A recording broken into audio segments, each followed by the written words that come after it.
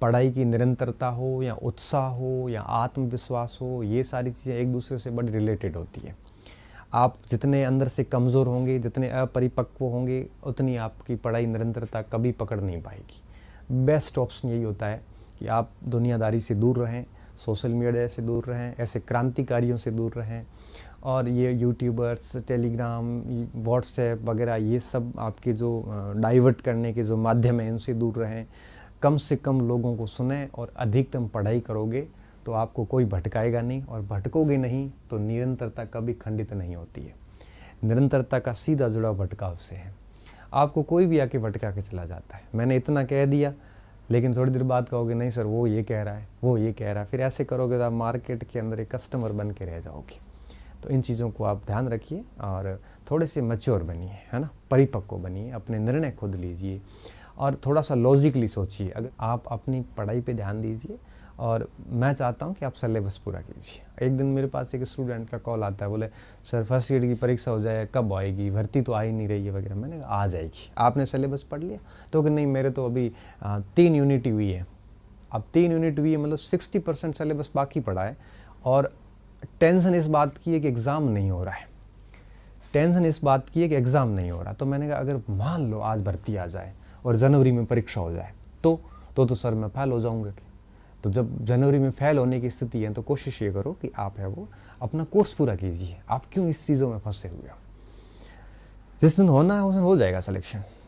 Best option ये है कि आप अपने आप को तराशते जाइए, तब जाके बात का कुछ आनंद है। अन्यथा आप इन क्रांतिकारियों के चक्कर में अपना समय खराब करोगे, और कुछ भी नहीं है।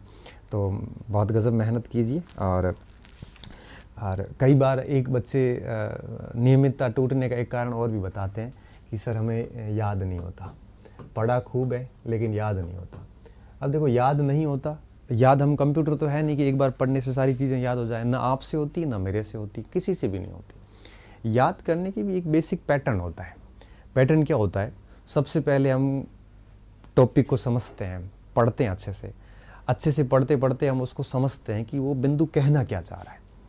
समझने के बाद में हम उसको शॉर्ट में लिख लेते हैं, साइड में लिखते हैं या अपनी कॉपी में लिख लेते हैं। अब उसको कॉपी में लिखने के बाद में फिर उसका 1-2 बार अभ्यास करते हैं। उससे रिलेटेड जो प्रश्न आए हुए हैं पुराने, उन प्रश्नों का अध्ययन करते हैं, तब उसकी प्रकृति पता चलती है। उसके बाद में हम उसी टॉपिक को 3-4 बार रिवीजन करते हैं, फिर मनन करने की स्थिति में आते हैं।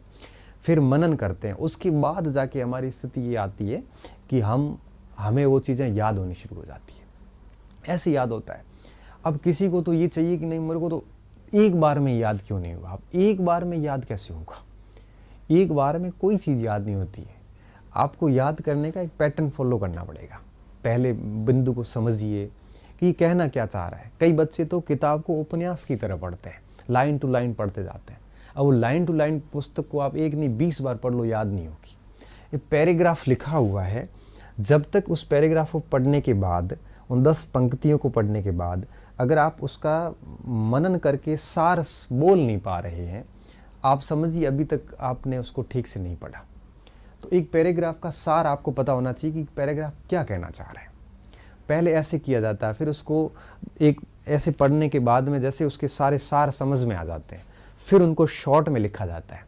शॉर्ट में लिखने के बाद में फिर क्या किया जाता है, एक बार पूरा अध्ययन किया जाता है, और उसके बाद में क्या करते हैं, अभ्यास करते हैं पुराने पेपर्स का।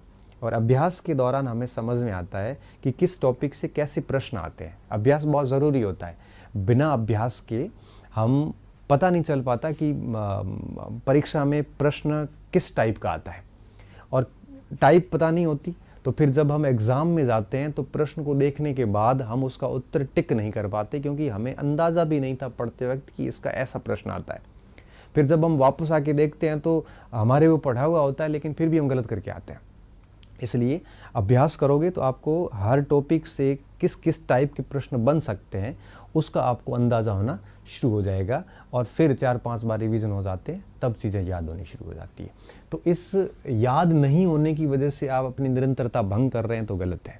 आप उस पैटर्न को फॉलो कीजिए और इसी तरह से पढ़िए। समय लगेगा, डेफिनेटली लगेगा, लेकिन समय भली लगे, लेकिन चीज़ें इतनी बढ़िया तरीके से तैयार हो जाएगी कि आप बहुत आसानी से अपना सिलेबस कर लोगे और अपना सिलेक्शन जो है वो सुनिश्चित कर सकते।